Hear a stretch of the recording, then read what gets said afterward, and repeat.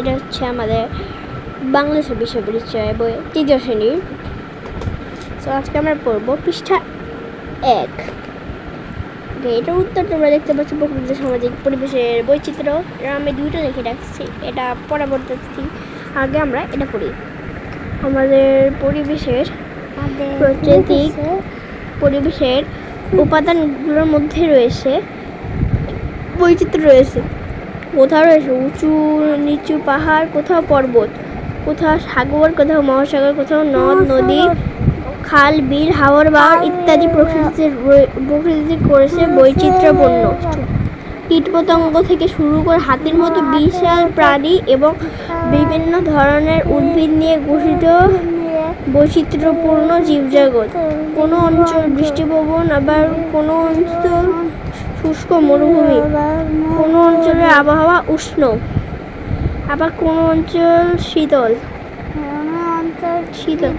বাংলাদেশে গ্রীষ্মকালে গরম এবং শীতকালে ঠান্ডা অনুভূত হয়। এদেশে বর্ষাকালে বর্ষাকালে প্রচুর বৃষ্টিপাত হয়। অতিবৃষ্টির কারণে কখনো কখনো বন্যা হয়, আবার অনেক খরা হয়। এইভাবে উঠেছে বৈচিত্র্যপূর্ণ প্রাকৃতিক পরিবেশ।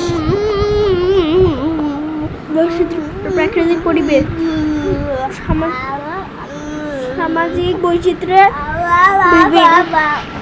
উপাদানের মধ্যে বৈচিত্র্য রয়েছে, যেমন বিদেশের ঈদ, পূজা, বুদ্ধ পূর্ণিমা, বড়দিন, বিভিন্ন ধর্মীয় অনুষ্ঠান ও উৎসব রয়েছে। মানুষের প্রয়োজনে গড়ে উঠেছে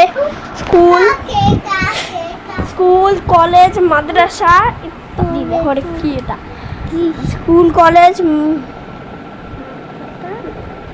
এর মতো বিভিন্ন ধরনের প্রতিষ্ঠান। মানে বলতেছে এরা যে আমাদের দরকারে গড়ে উঠেছে স্কুল, কলেজ, মাদ্রাসা ইত্যাদি বিভিন্ন প্রতিষ্ঠান।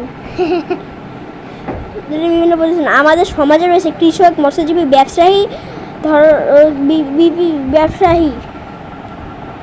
ব্যবসায়ী, রিক্সা চালক, শিক্ষক, ডাক্তার ইত্যাদি বিভিন্ন পেশাজীবী মানুষ। যাতায়াতের জন্য আমরা ব্যবহার করি বিভিন্ন ধরনের যানবাহন, যেমন রিক্সা, গাড়ি, ট্রেন, লঞ্চ, বিমান ইত্যাদি। এক এক অঞ্চলের মানুষ ঘরবাড়ি, ভাষা, খাদ্যাভ্যাস ইত্যাদি এক এক রকম। গ্রাম শহরের ঘরবাড়ি, রাস্তাঘাট, বাজার, জীবনযাত্রা ইত্যাদির মধ্যে রয়েছে ভিন্নতা।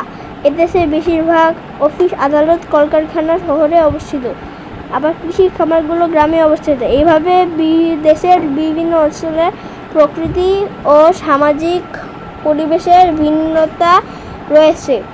এখন আমরা উত্তরগুলো দেখে। এটা হলো পেজ ১-এর সব প্রশ্নের উত্তর।